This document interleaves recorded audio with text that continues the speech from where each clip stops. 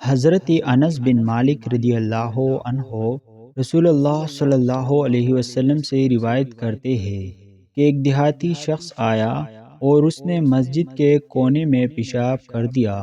لوگوں نے اس کو منع کیا تو رسول اللہ صلی اللہ علیہ وسلم نے انہیں روک دیا۔ جب وہ پیشاب کر کے فارغ ہوا تو آپ صلی اللہ علیہ وسلم نے اس کے پیشاب پر ایک ڈول پانی بہانے کا حکم دیا، چنانچہ بہا دیا گیا۔ صحیح بخاری حدیث نمبر 221۔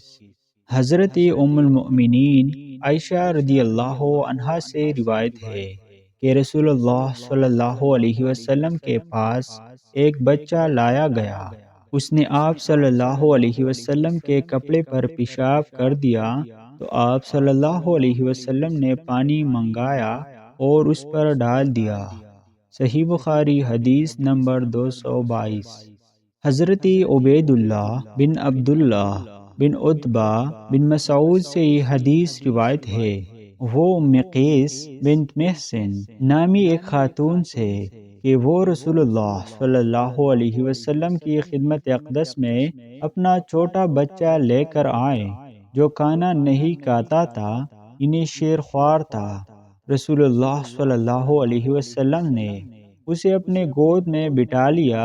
اس بچے نے آپ صلی اللہ علیہ وسلم کے کپڑے پر پیشاب کر دیا۔ آپ صلی اللہ علیہ وسلم نے پانی منگا کر کپڑے پر چھڑک دیا اور اسے نہیں دھویا۔ صحیح بخاری حدیث نمبر 223۔